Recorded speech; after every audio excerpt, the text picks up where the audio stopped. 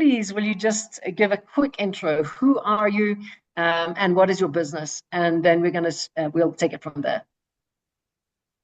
All right, my name is Nokuthula Makhubedu from NM Farm Fresh. We are based in Witbank or Emalahleni, Mpumalanga province. And I am an environmental scientist by profession, and while working on the mines, I wanted, a permanent residence, and a farm just seemed very attractive at the time. And I think I was also very interested in, farming as I wanted to create something that my children could inherit. I was very aware they could not inherit my job. And so I started chicken farming. Started off with 50 live chickens and was selling them to resellers.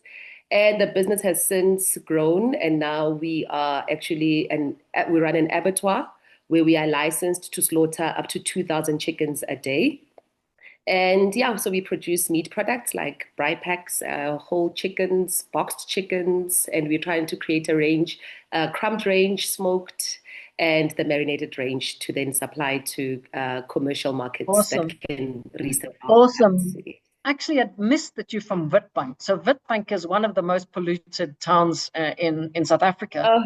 And so I'm fascinated, actually. I think sometimes out of challenge comes opportunity, right? And so it's quite possible, because you're an environmental scientist and you worked in this toxic environment, that it became super important for you, not just to start a business, yes, as a legacy for your kids, but to start a business that was in some way some of the negativity of the mining activity around you. How did you transition from there to really building something that was good for people and good for planet?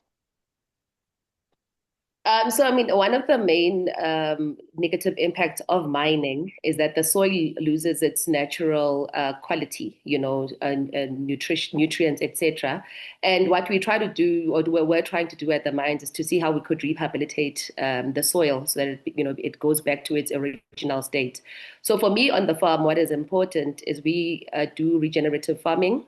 So which means that we try to restore the soil quality from what it was pre our activities, and that as far as possible that we increase the soil quality.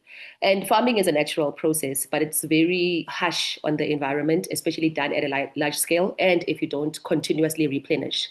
So what we do is we use the very same droppings from the chickens. We use wooden shavings strictly because those can break down, they're biodegradable. And we use those then to re-fertilize the soil, because we also farm vegetables. So we use the droppings to then fertilize the soil naturally. So although we are growing vegetables and extracting from the soil, but that we are also putting back in the soil. Another thing is I started off with mobile houses. So I move my houses all the time so that we're not, continuously feeding off a small section of the farm and then leaving it barren. So yes, regenerative farming is a huge part of what we do. Sustainability is important. Again, I think what really jumps into mind is the fact that you own the farm and you're really mindful that you need to care for. I think you said with 40 hectares, that's your 40. They're your 40 for the next 100 years, right? And so I think that type of mindset, and I do think that concept of caring for the future is something that is really central to this belief that we need to do good. We need to do good for the planet. So I think that's a very interesting connection. I just want to ask you something, because I launched by saying we have to be profitable. So what is it about being circular that has improved your profitability? What do you think are the elements that's allowed you to be more profitable that particularly relate to the concept of circular economy? Okay, so for chickens are very sensitive, especially broiler chickens. So we need to heat up our chicken coops, especially when the chicks come in from day 1 until day 14. And also in the winter months, we heat the houses up almost for the whole 42-day cycle. So we run our farm completely off-grid. So thank you to the SAB Tholoana Programme. We were sponsored with 16 kVA power. So we are able to run all of our electricity from the sun. And we run other machines. So we have a water borehole, so to pump water for the farm. We also we make our own feed so that we are cognizant of what we feed our chickens. So that also is very important to us. Are they nutritious? Is it natural stuff? So we've become profitable because we don't spend on electricity except the maintenance of our solar systems, which only after 3 years or so then you start to worry about what's happening there. Another thing is we are a zero waste abattoir. So we take our feathers and our blood and we put it into our biogas digester. And we can generate more heat there, more electricity to heat up our chicken coops if our solar panels run low, especially when it's the rainy seasons like now in the summer. So that has helped us to be profitable and also helped us to upscale our employees. So everyone around our operation is very environmentally aware, very waste aware. So everybody is involved in sorting, is involved in where the waste ends up and why do we have waste. So we try as far as possible to be zero waste. And even with our water, we have a vegetable garden, like I said. So even our grey water, we make sure that when we are slaughtering, we extract as much of the dirt from it as possible so that it ends up in the vegetable garden.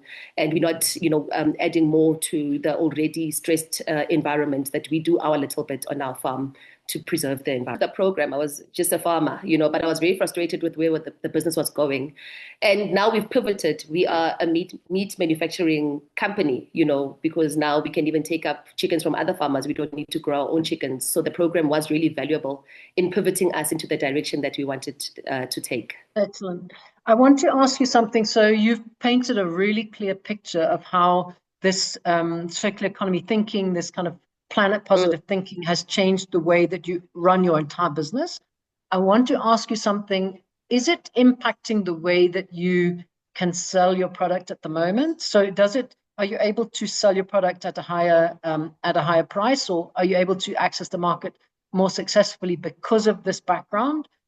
Yes or no? And maybe that's the first thing. Yes. Does it change the way that you can market? 100%. Yes, 100%.